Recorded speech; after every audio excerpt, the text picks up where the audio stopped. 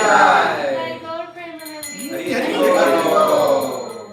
Haribol. Thank you so much, Radhika. Radhika and family. Haribol. Radhika with her mom and dad.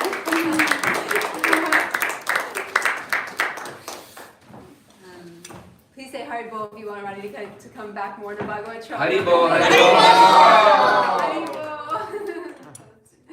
So thank you all so much for being here at Bhagavat Shravanam. This is our weekly program. Haribol, nice to see you. Weekly program and it's so nice to see everyone here today. We have this every Sunday. This is our program for devotees, and I'm just so grateful and happy to see each and every one of you here this morning. And I'm talking today. So I live here and serve here at Bhakti Center, and I'm just really grateful to speak today for my own purification and as a service to all of you all. And I hope that I'm excited about the topic because I was just on holy pilgrimage in India. This mic. We've had lots of technical difficulties today. It was doing good before.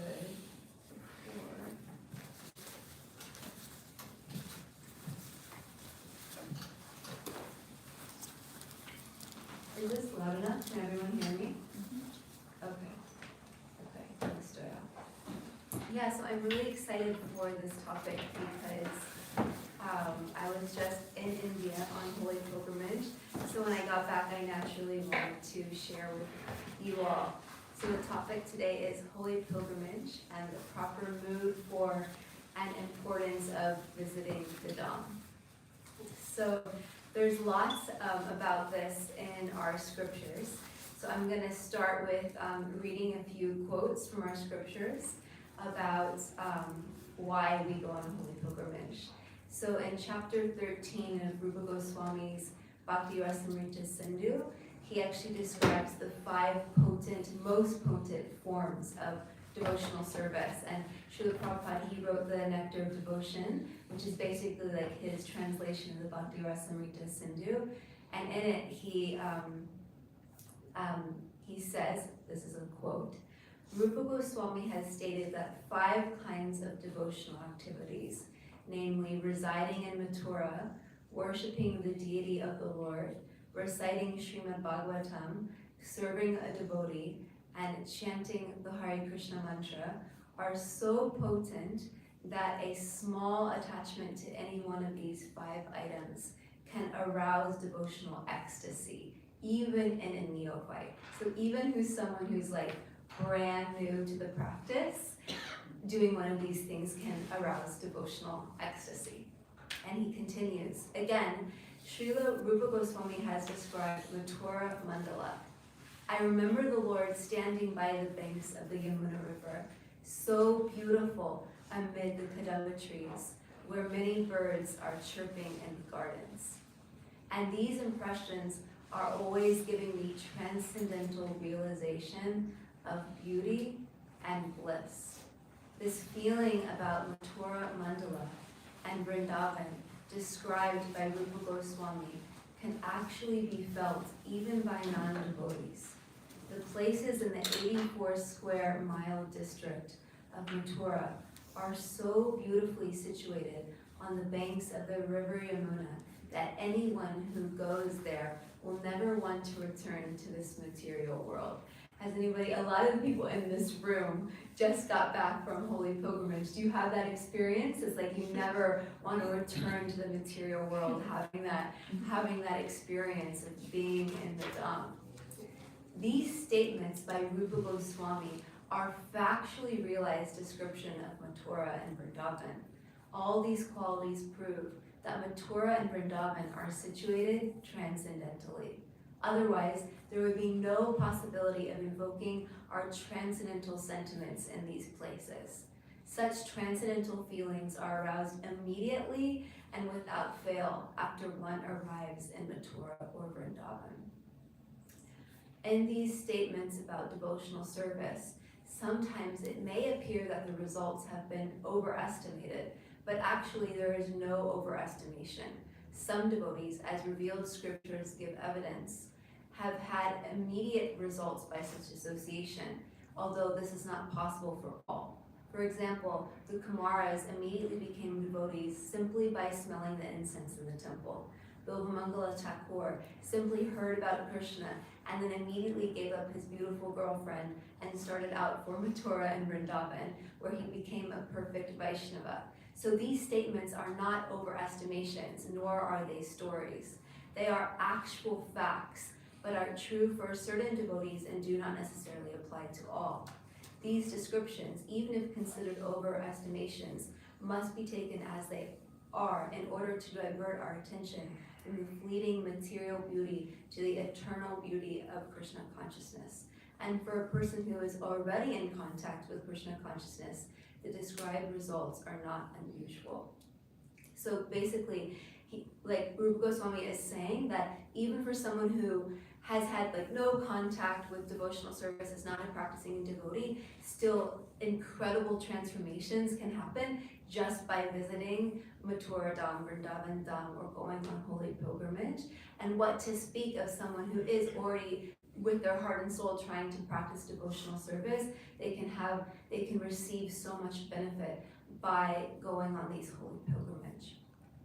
And we're going to break it down a little bit more. We're going to explain a little bit more as we go. It might be bringing up even some questions for you, like, okay, was it just Mathura? Is it just Vrindavan Dham? Like, what if we go somewhere else? We're going to describe all of that in the talk, so just bear with me.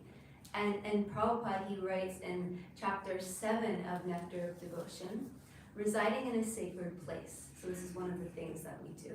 In the Skanda Purana, it is also said that for a person who has lived in Dwarka for 6 months, for 1 month, or even for 1 fortnight, there is a waiting elevation to the Kunta Lokas, waiting elevation to the spiritual world, and all the prophets,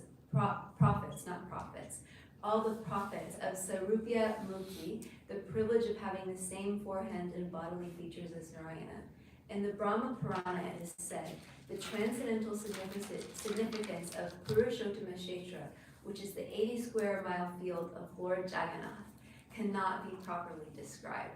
Even the demigods from the higher planetary systems see the inhabitants of this Jagannath Puri, so we're also talking about Jagannath Puri, which is where I just came back from, as having exactly the same bodily features possessed by one in Vaikuntha.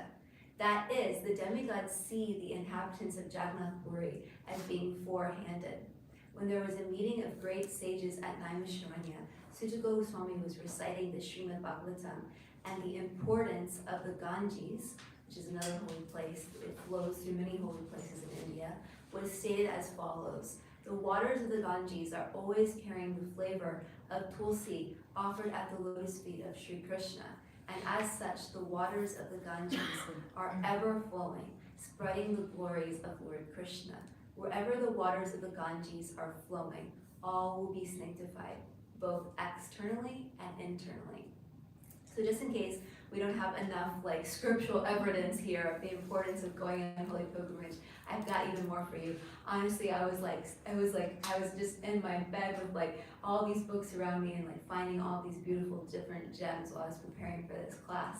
So looking at the Chaitanya Charitamrita, CC Madhya 22.128 to 129 says, one should associate with devotees, chant the holy name of the Lord, hear Srimad Bhagavatam, reside at Mathura, and worship the deity with faith and veneration. These 5 limbs of devotional service are the best of all. Even a slight performance of these 5 awakens love for Krishna.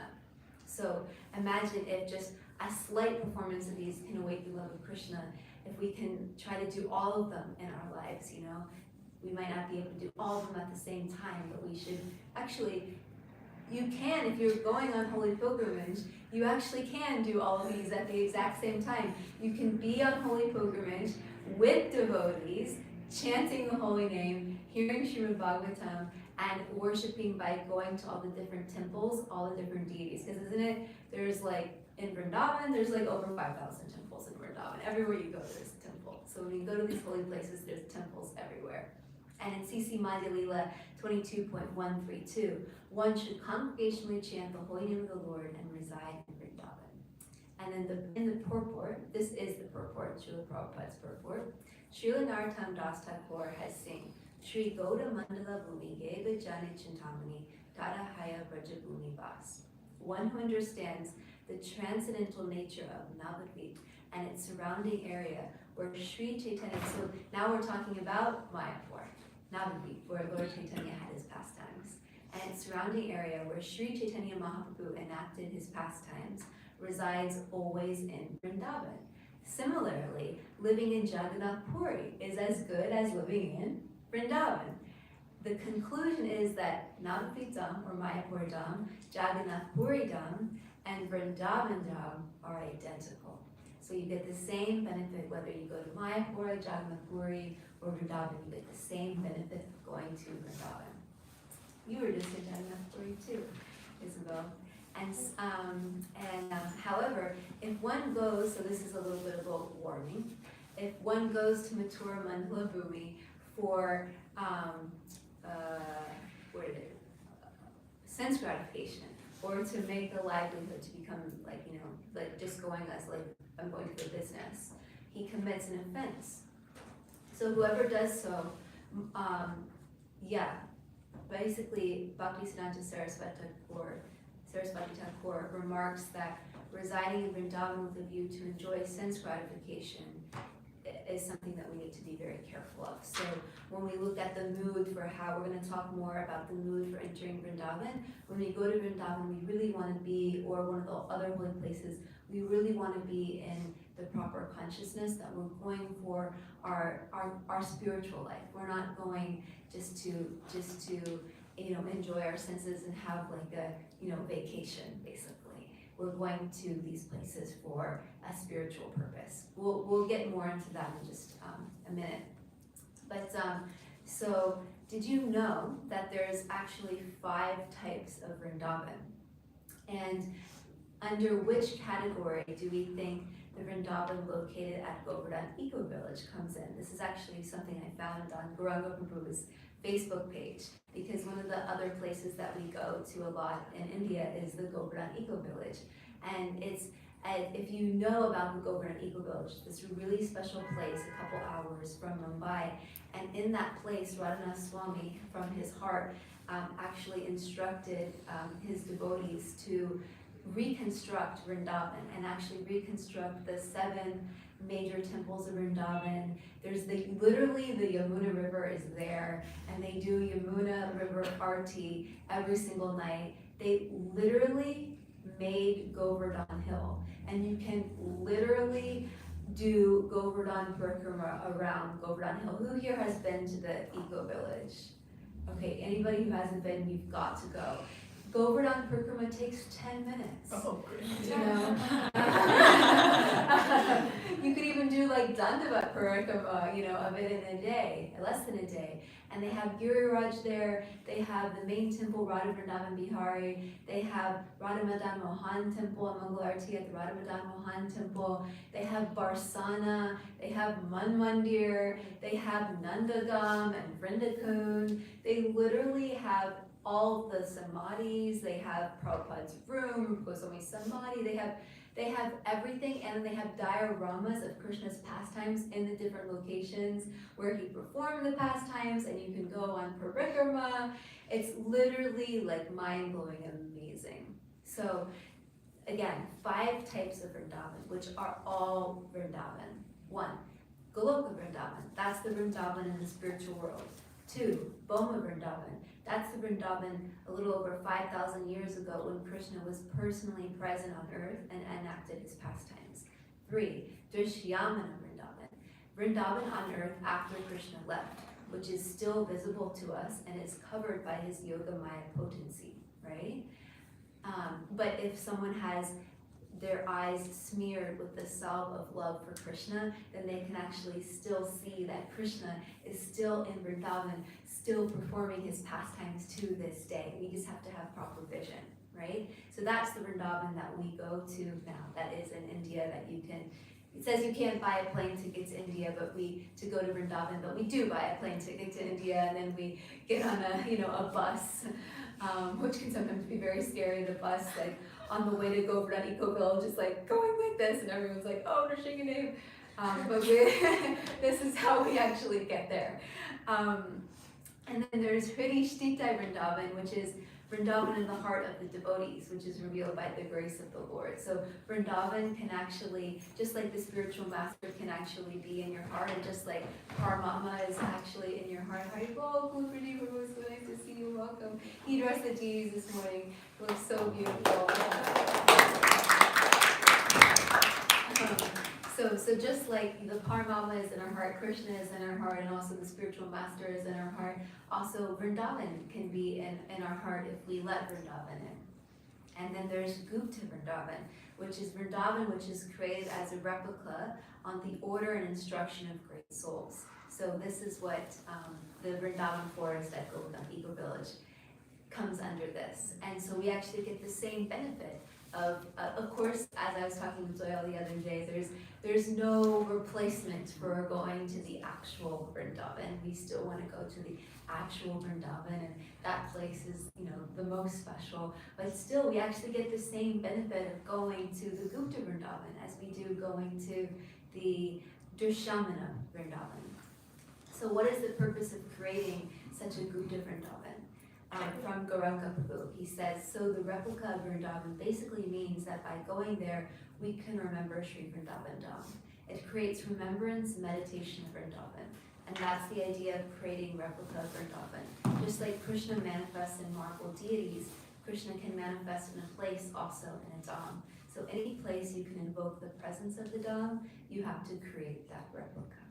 And also, it creates in us the mood of separation from Vrindavan Dham.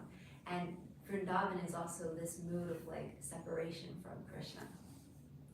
So CC Madhya Lila 22.133 says, the power of these 5 principles is very wonderful and difficult to understand, even without faith in them. So even if we're I don't really know if I believe this. But even without faith in them, a person who is offenseless, who's just not outwardly making doing super inappropriate things, can awaken his dormant love of Krishna simply by being just a little bit connected with them. So we have such a positive future in Krishna consciousness, actually. So in CC Madhya Lila 22.137 to 139, it is explained, and listen really carefully to this to try to create the mental image, because this quote is so beautiful. It is explained how Maharaj Ambarish perfected his life in devotional service, and that instructs us how we can completely absorb ourselves in Krishna consciousness. Maharaj Ambarish always engaged his mind at the lotus feet of Krishna, his words in describing the spiritual world and the Supreme Personality of Godhead, his hands in cleansing and washing the Lord's temple, his ears in hearing topics about the Supreme Lord, his eyes in seeing the deity of Lord Krishna in the temple, his body in embracing Vaishnavas or touching their lotus feet. So hugs are super recommended, which is really good to know that. And his nostrils in smelling the aroma of the tulsi leaves. It's you can make spiritual advancement just by hugging each other. It's his nostrils in smelling the aroma of the tulsi leaves offered to Krishna's lotus feet. His tongue in tasting food offered to Krishna. His legs in going to places of pilgrimage like Vrindavan and Mathura, or to the Lord's temple. His head in touching the lotus feet of the Lord and offering him obeisances. And his desires, we can engage our desires in serving the Lord faithfully. In this way, Maharaj Ambarish engaged his senses in the transcendental loving service of the Lord. As a result, he awakened his dormant loving propensity for the Lord's service. And as I was reading that quote, I was yeah, again, when we go on holy pilgrimage, we're basically doing all of these things all day, every day. We're with devotees, taking prasadam, we're it's everywhere you go, it's they're giving you maha tulsi leaves, they're giving you maha prasadam. If you go to Jagannath Puri, the pundits will literally be open your mouth and give you, and if you don't say no, they're no, this is Jagannath, Jagannath, maha prasad. You have to receive all of this mercy that's like being given to you like every single moment. So we can do all of these things when we go on holy pilgrimage and then bring that back into our daily lives. And in Nectar of Instruction, right, this beautiful book, the importance of living in Vrindavan and the glories of Radhakund is explained in the last text. So text 8 says, quote, "The essence of all advice is that one should utilize one's full time, 24 hours a day, in nicely chanting and remembering the Lord's divine name, transcendental form, qualities, and eternal pastimes, thereby gradually engaging one's tongue and mind. In this way, one should reside in Braj." So he's saying, like, how do we reside in Braj? Actually by chanting and by hearing. This is how we can really reside in Vrindavan. And serve Krishna under the guidance of devotees. Very important. Under the guidance of devotees, not like, oh, I'm just gonna like, go and be by myself and it's all, my spiritual life is dependent on me. We follow under the guidance of our teachers, under the guidance of advanced devotees. One should follow in the footsteps of the Lord's beloved devotees who are deeply attached to his devotional service.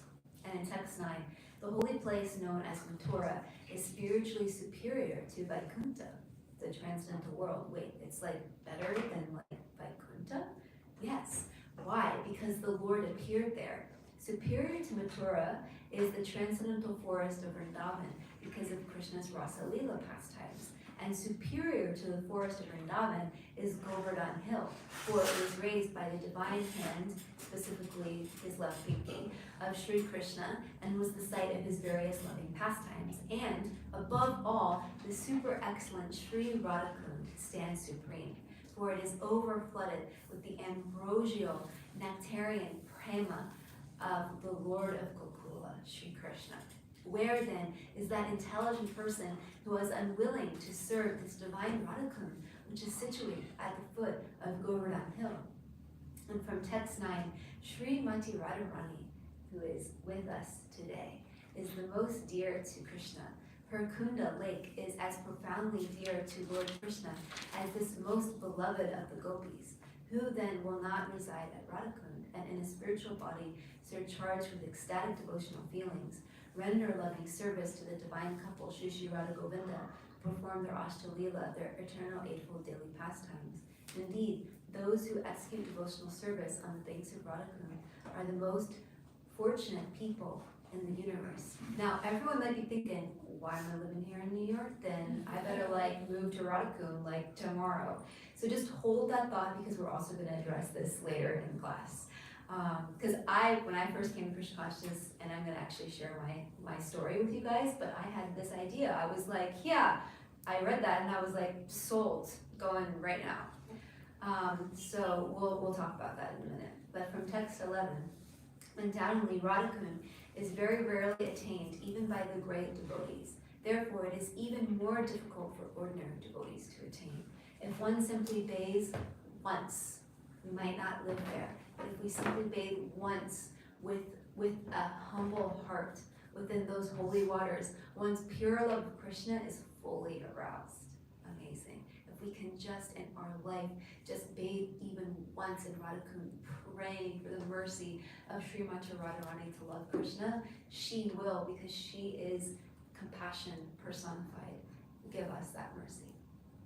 So from Lokanath Swami's Rajamandal Darshan, which is this super amazing book, if you haven't seen it, it's like this thick, and he literally takes you on Rajamandal Parikrama, day by day for 30 days with all, have you read it? With all the pictures, and it's like the best book in the entire world. He says the Dham is non-different from the Lord.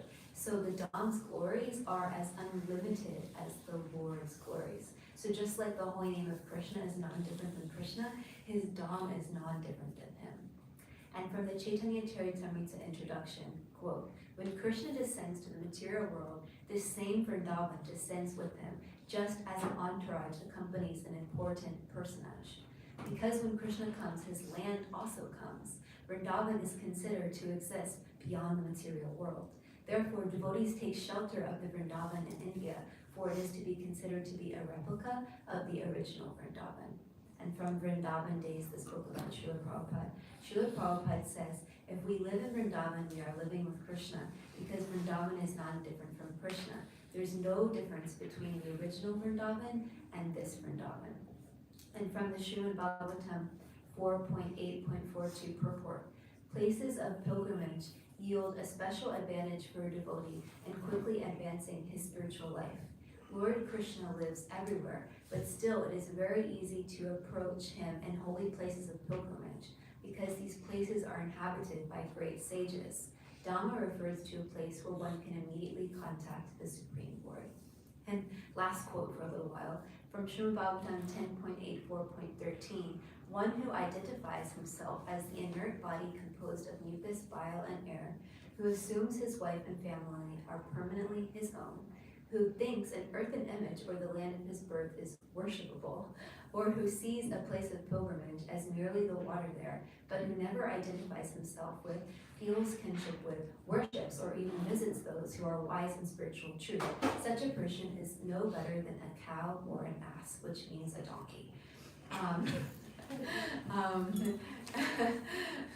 Yeah, I have a story about that, but you can ask me after class. So basically the point here is we don't just go on holy pilgrimage to bathe in the river. You know, we go on holy pilgrimage. We can go with devotees. It's recommended to go with devotees that inspire you, that you feel inspired in your Krishna consciousness by them. And also when you go to the holy places, you want to meet the holy people, the holy devotees that live there, and hear from them, and because they can reveal the Dham to you. So I was listening to a lecture actually by Radhanath Swami from a yatra that he did in 2011, where he was talking about the mood for entering the Dham.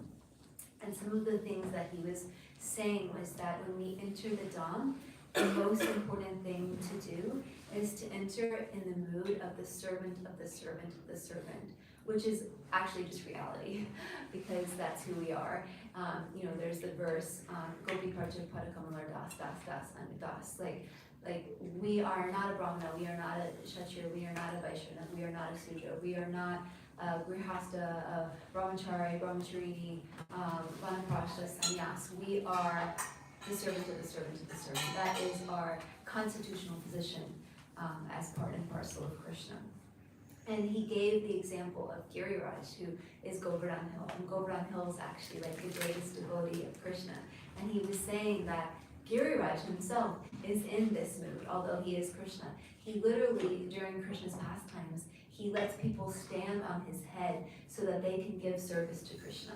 He had the cows on his head, he had all the Vrajvasis on his head, and Giriraj's greatest happiness is to see Radha and Krishna together. So what gives pleasure to Krishna? To facilitate everyone to give pleasure to Krishna is what will make us dear to Krishna. So we want to facilitate others' service to Krishna.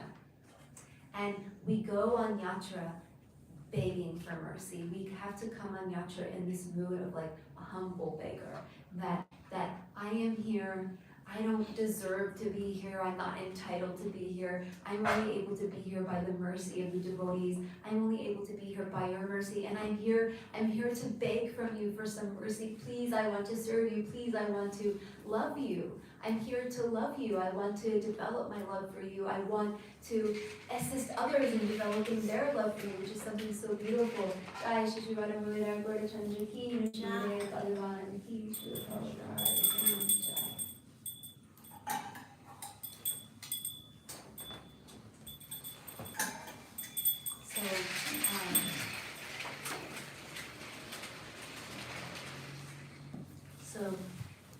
Which is something so beautiful too, how like people like Bhakti Center bring others on pilgrimage, and they're literally like assisting other people in their spiritual life and bringing them closer to Krishna through going to the holy Dham.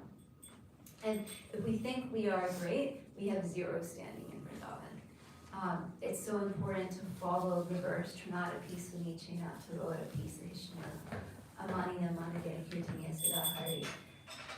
Tolerance and humility. We cultivate love for Krishna through the chanting of the holy names. And in order to approach Krishna through the deity, through the Dham, or through his holy names, we must cultivate humility and forgiveness and learn how to respect others from the heart. So to come to holy places in the proper mood is to come as beggars. What can we give to Krishna? Nothing, except we are begging for Krishna to accept our love. So we shouldn't come to Yatra thinking, I will enjoy. We should come thinking, I will serve and I will become purified. This is the essence of why we come. And sometimes purification is super ecstatic and super blissful and super fun. And sometimes it can even be painful. If we get sick while we're in the Dham, or something happens where we're not expecting it, or we just are like, why is there so much air pollution, or why is there so much traffic, or why is there so much this, or why is it, it's everything is actually according, whatever the situation may be, if we just take shelter of Krishna, that I have come here to love you and serve you, then we will make such great spiritual progress. Even if everything goes like perfect in our trip according to plan, or if everything falls apart, and doesn't go according to plan, then we can know no matter what happens, this is good. This is Krishna's love. And there's this beautiful quote by a great saint that says, quote, when I'm in Vrindavan walking barefoot, I feel 10,000 times more happiness than the happiness of being liberated in the Supreme Brahman. And every time a sacred thorn pierces into my foot, I feel 10,000 times more happiness than I do by being liberated in the Supreme Brahman. So everything is according to our perception, right? And Radha Swami, he's so funny, he was like, so I don't really understand this example because I'm a sannyasi, and sannyasi don't know much about these things. But he gives the example of if people don't like to be bit, right? Like if you're bit by a dog, then that's not very good. But there's the example that if your lover bites you, then that feels very nice. You're like, oh, you're so happy. Isabel's like, I'm not sure about that. But again, Ron is something so funny. He's like, I don't know about these things, but it's like an example. So I don't really know about that either, but I was giving the example that Rana Swami gave. Now I feel embarrassed.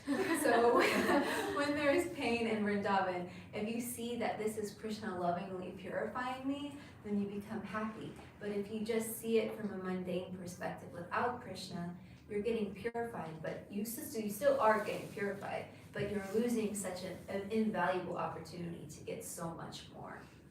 So, and any devotional service, now this is really good. You know how like at the end of the chapters they're like, and anyone who like reads this pastime gets such and such, and everybody's like, oh my God, let's read the pastime again.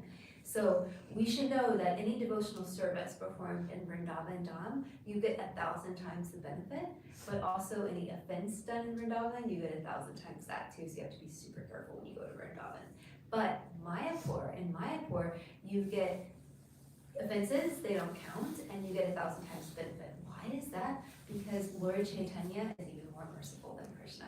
Krishna is so merciful, but Lord Chaitanya is like, you're full of offenses, you're full of nonsense, I don't care, I just love you so much, please take your love of God. He's just so merciful.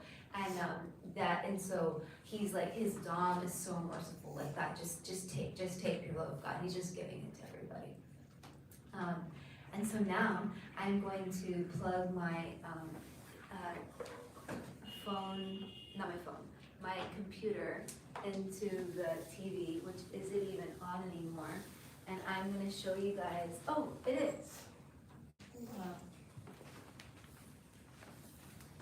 Is it on that? I'm going to show you guys a little slideshow of a few highlights and pictures from the pilgrimage that I just went on. Okay, great, amazing. So, holy pilgrimage. Slideshow. Yay! So, I got this from the internet because you're not allowed to take pictures there. But this is Tota Gopinath Temple in Jagannath Puri. And so this deity is super, super special because this deity was worshipped by Gadadhar Pandit, who is not different than Radharani, who was in Lord Chaitanya's pastimes.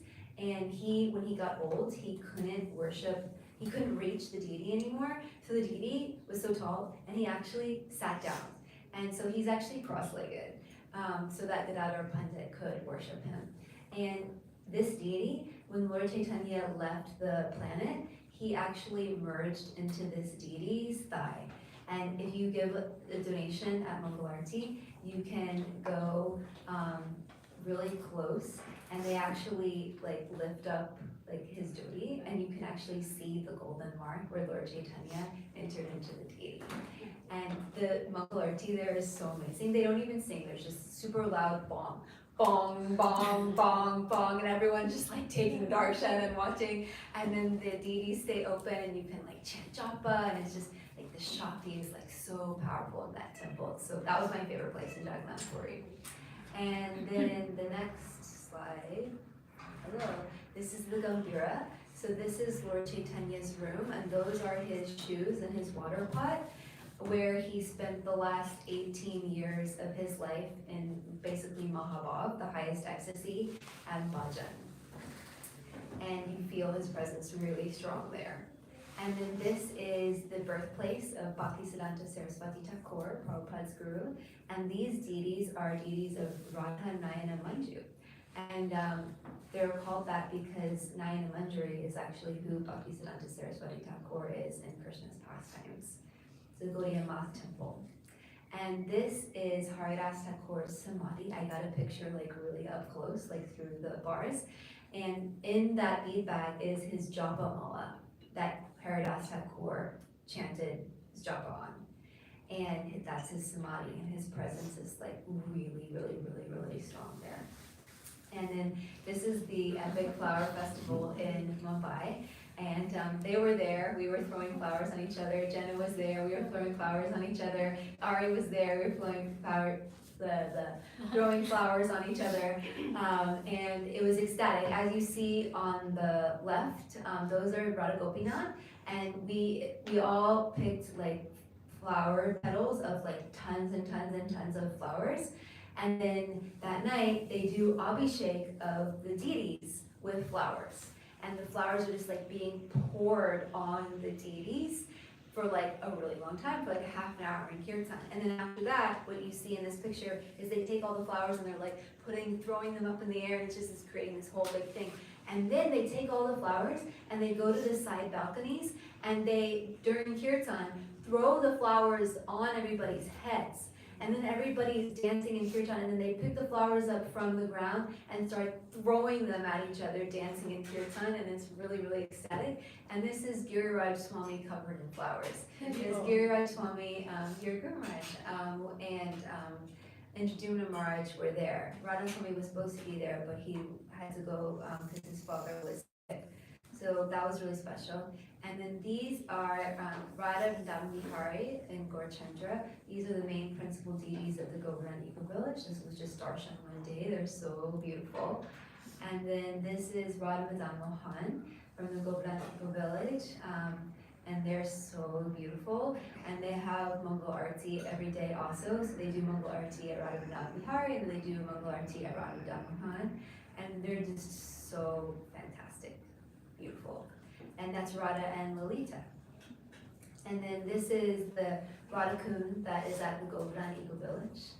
So they have Radha Kund and Shama Kund, and then that temple that you see behind is Janavama's Bhajan Kutir. And then they have Raghunath Das Goswami's samadhi, and they have Giriraj, and they have everything. So it's really special. And then this was my group.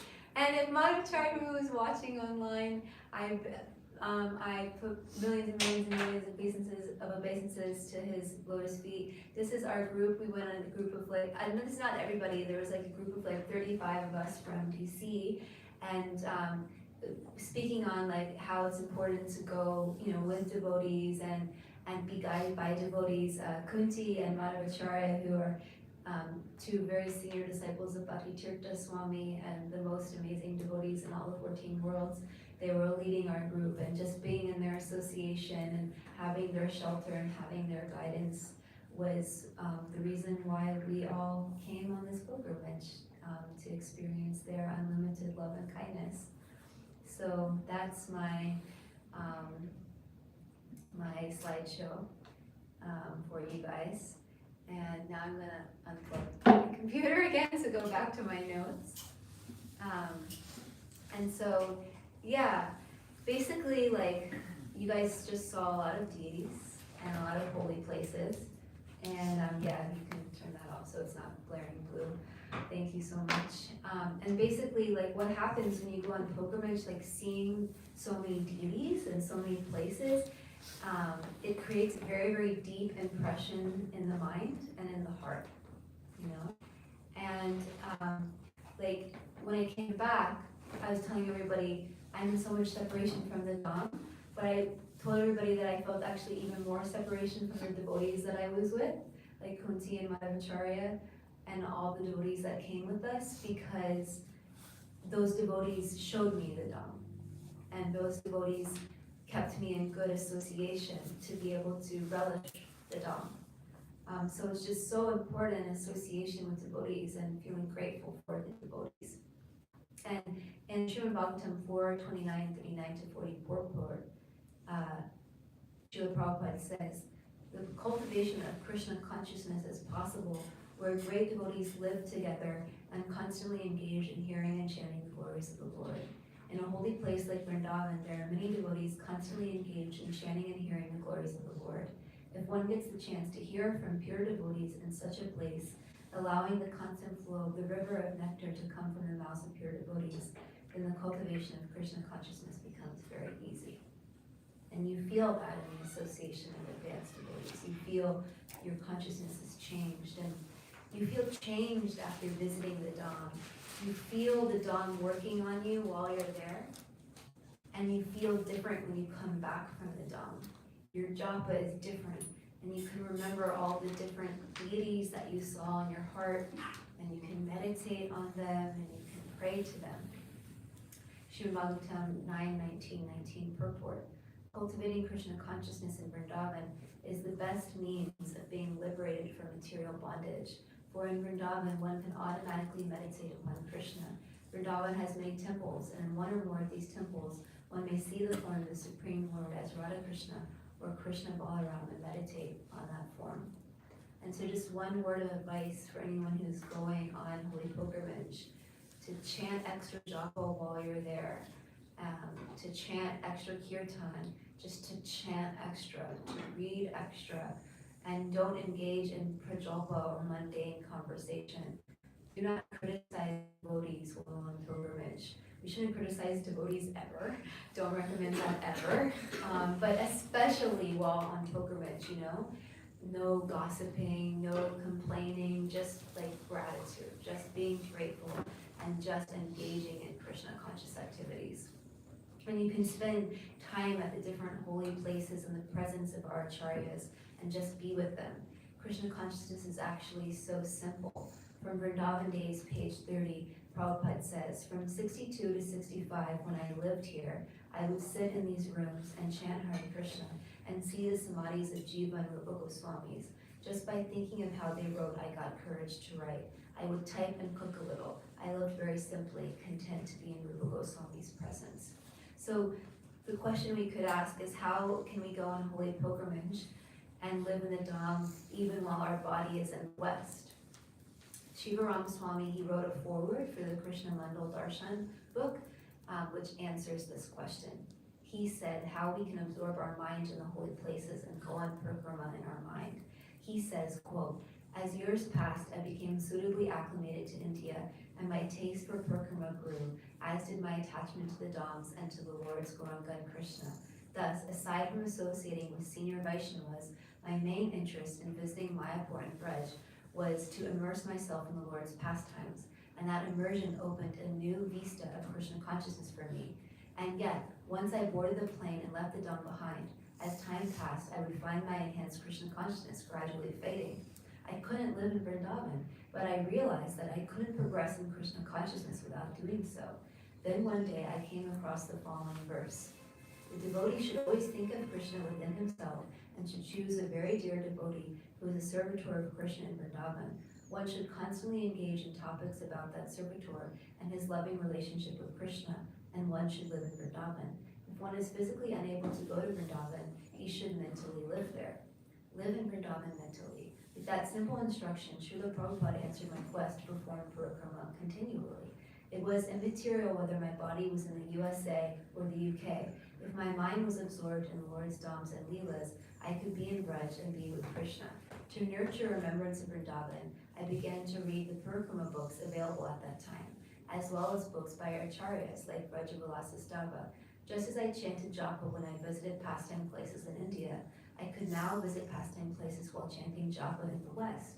For me, therefore, Lokanath Maharaj's Vraj Mandal Darshan is not only a guide through Vrindavan, but a means to live in Vraj while I serve in Hungary. I am indebted to him for giving me further inspiration for my Krishna consciousness, and I urge the readers of his book to use it not solely as a guide through Vraj, but as a guide through life back to Krishna. So we can, even while we're not there, we can, in our japa, we can go there. In our mind, we can go there. In our heart, we can go there. Prabhupada also said that all his temples are non-different than Vrindavan. And I always think about that. I live one floor up, and when I wake up in the morning and when I come to Mangalarti, I literally remind myself every day, I'm going to Vrindavan. I'm going to see Radha Muralidhar, and let me not think, oh, another day, but let me think like, wow, like Radha Muralidhar's temple is not different than Vrindavan, and I'm going to see Radha Muralidhar, and I'm going to Vrindavan, Haribol, and so that's actually the truth. We just have to have that faith, So we actually are in Vrindavan right now, and if we pray to see Vrindavan, Radha Muralidhar's mercy can reveal that to us. And I wanted to share a little personal story. Because actually the first time that I went to Vrindavan, I stayed there for 3 months, and my life goal and my only life plan was to live in Vrindavan for the rest of my life. That was simple. And I even talked to devotees, and this amazing devotee was like, yes, we have the Barsana I camp, we can give you year-round service at the Vrindavan, you can stay here forever. That was my only plan. And what ended up happening was I got very sick. Not like I have a cold, but like I'm gonna die. I ended up being a patient in the Bhaktivedanta hospital, and then having to go back to America because I called my mom. I thought maybe like I might leave my body. So I thought, let me go back to America and get some proper medical treatment. But my idea, my life plan was, I had this idea also that if I did a 30-day juice fast, I would get better, and then I would go back to India, and I would live in Vrindavan for the rest of my life. And I did that, and it didn't work. And during that time, I was listening to, there's a series on YouTube called Vrindavan Yatra 2004 with Radhanath Swami. And there's 2 videos at the end, which is Radha Swami at the Radha Gopijana Vallabha temple, which if you've read The Journey Home, is the temple of the deities Radha Gopijana Vallabha, which he talks about Ganesham, the temple Baba, that he would go visit that would say, no need, no need. And that was the deities that he worshipped. And he was telling the story of those deities and his time with Ganesham. And he was telling in the lecture that his life plan was to live in Vrindavan for the rest of his life. And what happened to him was his visa expired, and there was this person chasing him down, and he had to go back to America, but his entire life plan was to just renew his visa and move back to Vrindavan. And then he went to see Srila Prabhupada, and he was listening to a lecture of Srila Prabhupada, and Srila Prabhupada was speaking in the lecture that we shouldn't have any selfish, desire or motivation in Krishna consciousness. We should want to serve the preaching mission of Lord Chaitanya. And by serving the preaching mission of Lord Chaitanya as the servant of the servant of the servant, then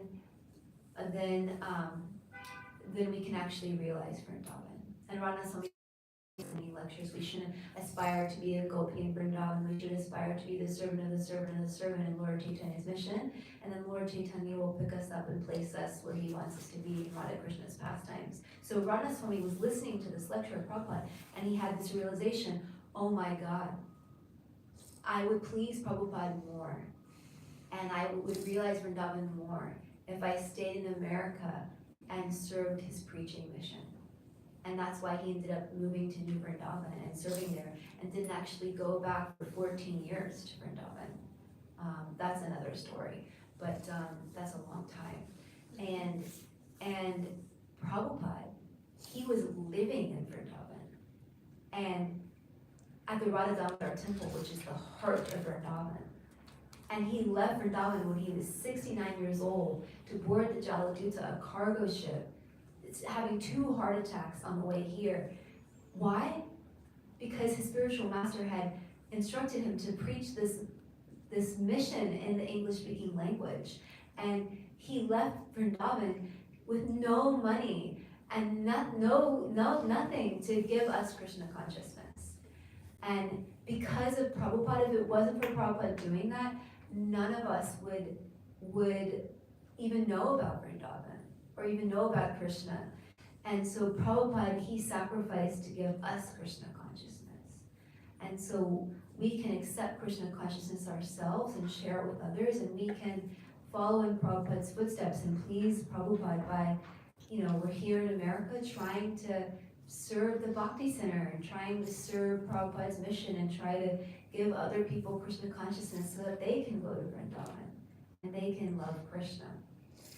Now, and that's how we can realize Vrindavan Dham.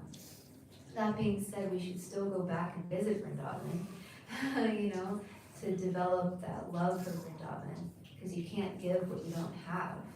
We have to nourish ourselves in our Krishna consciousness so that we can share it with others. And I'm not saying that people who are living in Vrindavan are wrong or something like that. Everybody has their path and everybody has their journey, and people also need to live in Vrindavan to serve the Vrindavan temple and give an opportunity for pilgrims to go there and to serve them nicely. So that's also a service. But I'm just sharing my personal journey though. When I was listening to these lectures of Radha Swami, I remember I was in my room.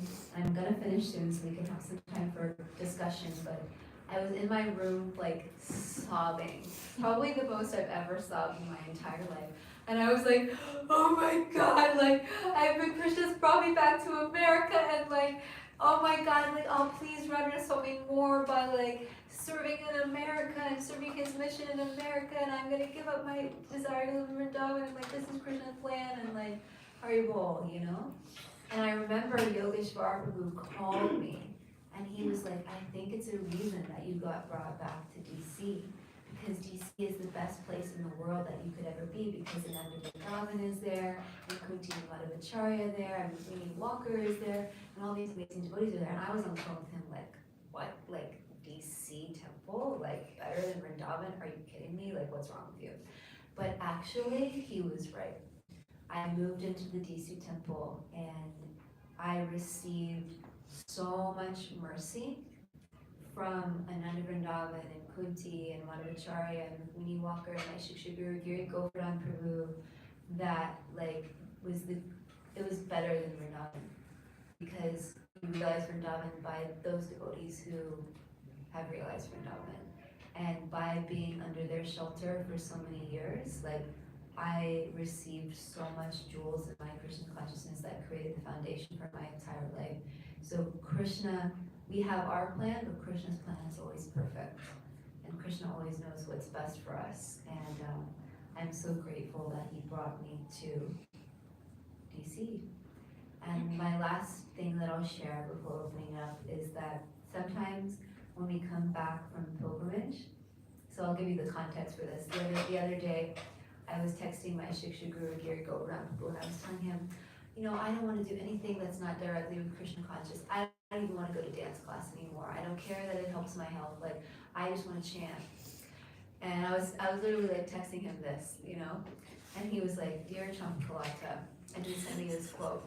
Pilgrimages, like other elements of our regular sadhana, provide opportunities to become absorbed in Krishna to the exclusion of everything else. Such absorption deepens our connection with Krishna, as well as our faith, by giving us hints of what the transcendental environment is like.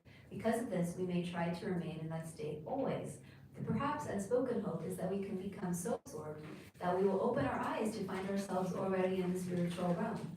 Unfortunately, we generally still have anarthas, offenses, and deeply rooted attachments, aversions that cry out to be addressed more directly.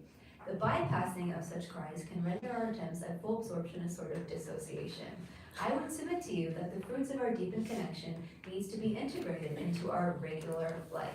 Regular life brings forward the anartas, etc., where they can sometimes slowly be addressed. Otherwise, they remain unaddressed and act as an invisible block to our progress. Then I texted him and was like, so are you saying I should go to dance class? And he was like, yes. I said, okay, I'll go tomorrow. So the last point is just like when we come back from Holy Pilgrimage, we have to go back to our jobs. We have to go back to our service. We have to go take care of our body. We have to come back to things, but we can take those experiences that we got on pilgrimage and integrate them into our daily life. So thank you so much for listening to me talk for so long. I wanted to finish earlier, but I was slower than when I practiced. So we have about 5 minutes to open it up if anybody has any realizations or reflections or comments or questions. Yes? I wanted to know, Can you change this so that, yeah. you were talking about like how all the Dhams are equal. I was wondering if you could just brush upon why, like in this age that we live in, like Mayapur is actually more present than maybe the other Dhams. Yeah, I so much appreciate that. Thank you so much. Yeah, so it says that actually in the age of Kali Yuga, age of quarrel and hypocrisy that we're in right now, if you haven't noticed, that in that age, Vrindavan Dham, although it's still there, that it's more and more covered by Maya actually, and so it becomes harder and harder to see that. And actually, even in like the last 12 years since I went there the first time, I see that happening more and more. There's more pollution, there's more like resorts and like commercialism and all these things happening. And you can actually go there and like if you don't have a proper guide, be bewildered because you're like, why are all these things here? And so although it's there, it's less accessible, but actually in this age, Mayapur is becoming even more and more accessible because of Lord Chaitanya's mercy in this age of Kali Yuga. And so that's why Prabhupada made his headquarters, world headquarters at Mayapur, because in this age, Mayapur is becoming more and more accessible and more potent and more merciful. Like I mentioned, that offenses aren't counted there. And this is because of Lord Chaitanya's mercy. So actually the most merciful Dham in this age is Mayapur. And it's actually recommended to go to Mayapur first to receive that mercy before going to the other Dhams. People don't always do that. I didn't do that, but the Mayapur is the most merciful Dham in this age. I know, because Did you add anything? No, because I went there just recently and I had that realization. I've like been going to all the other places except Mayapur. And then when I went to Mayapur, I just felt like Krishna like the consciousness was so much more accessible. Like my chanting was the best that I ever chanted while being in Mayapur. So I kind of like, I really connected how Prabhupada had said that. That was so true, because it was like Mayapur was just like, wow. Chanting was so easy. Where in other places I still struggled, but I love Vrindavan. It's like Vrindavan's always been one of my favorite Dhams. But when I went there, it was like my realization that it's true. It's really potent there. Thank you so much. Yes, Prabhu. Hare Krishna. In the story, you are trying to resist, right? You are trying to resist the decision there, spiritual decision there. To So what? how do we To what? You're trying to Resist? resist coming back to Oh, America, yeah, right? yeah. You wanted to stay there in Vrindavan. So how do you distinguish between Krishna's miraculous plans and between our mundane desires? I mean, it might be spiritual or whatever. How do you distinguish or let go of that resistance at a certain point of time? I mean, when it concerns spirituality. Yeah, well, one thing I didn't mention is that it's actually recommended that we should only go to Vrindavan for like an actual planned period of time and only under the shelter of the devotee who can show us Vrindavan, and that we should be fully engaged the whole time we're there, and that we should only stay in Vrindavan longer if we have like a particular service in Vrindavan, like if there's a reason for staying there, like for service. And so, but then also, distinguishing when is it what we want and when is it what Krishna's plan is. That's when it's very, very helpful to have mentors and shiksha gurus who we can tell them what's going on for us, and then they can give us guidance, because we always follow the guidance of Guru, Sadhu, and Shastra. So what is Shastra telling us to do, and what is Guru telling us to do, and what is the devotees or the sadhus telling us to do? So they can help us navigate, when it's our mind and when it's Krishna's desire, and sometimes that's how it helps us. Okay, we gotta have darshan now, but we can talk during lunch, we can talk after. We're gonna have our tea now for half an hour, and then,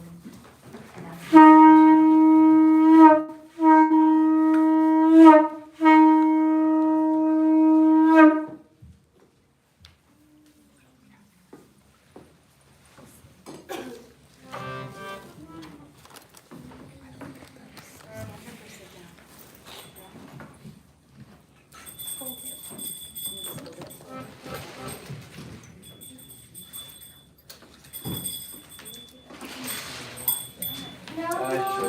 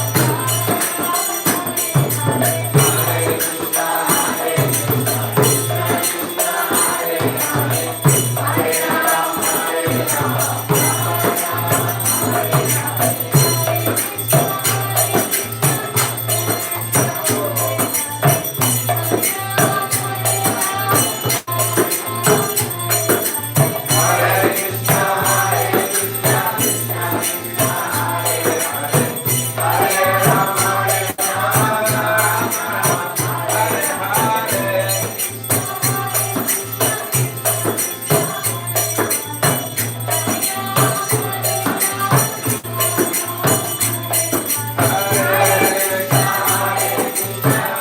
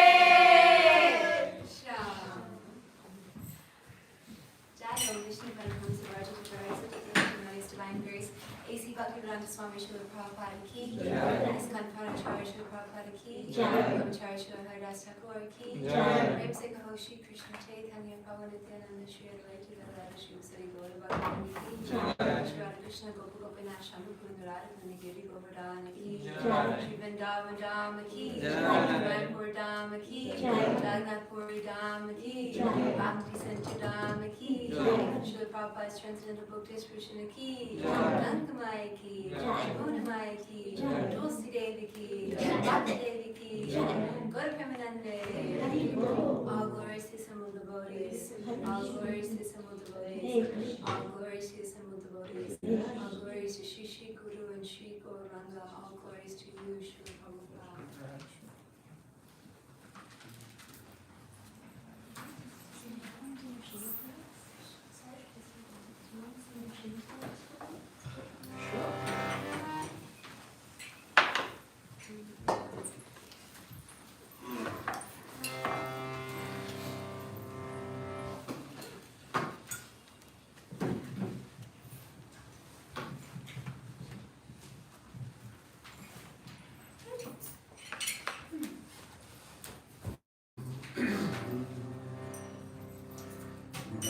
Namaste Narashivaya.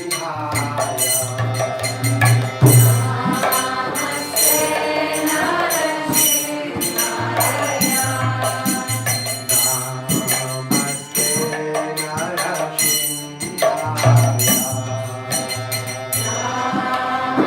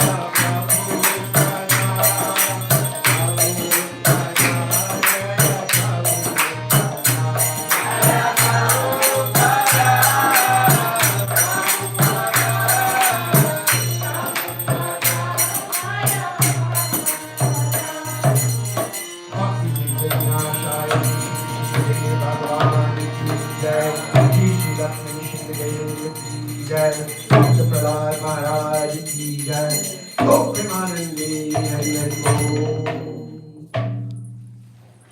Well, thank you all so much for coming to Bhagavat Sravanam. Thanks to everyone who's joined. We have this few announcements for you guys.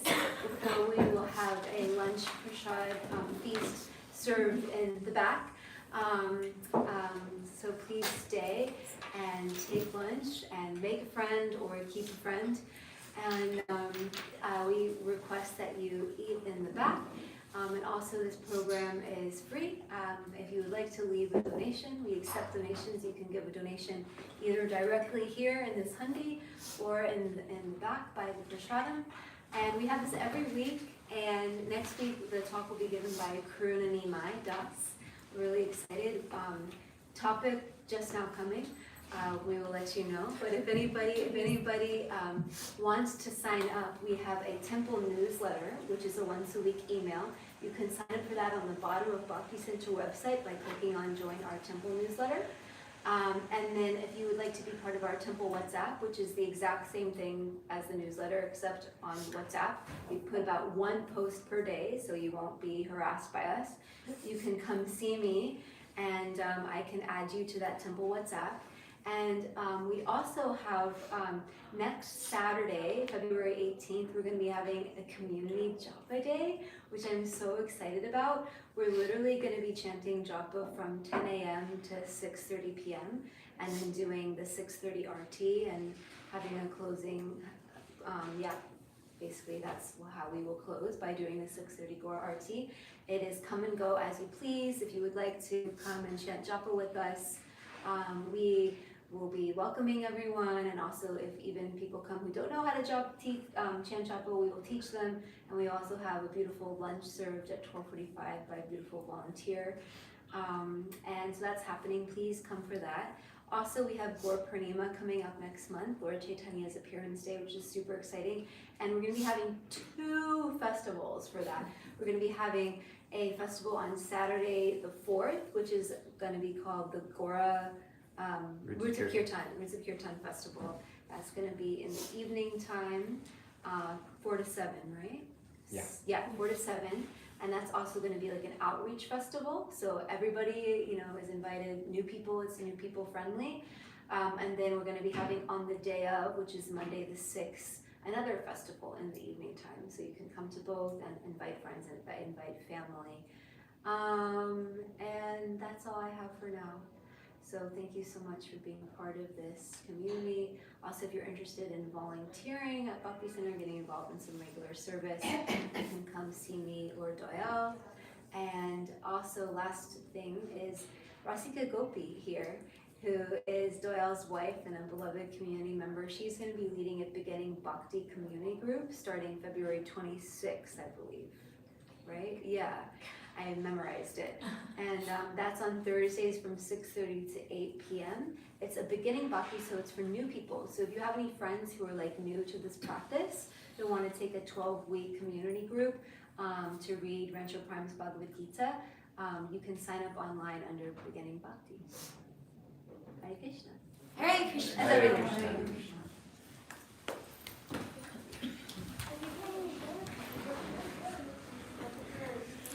Right.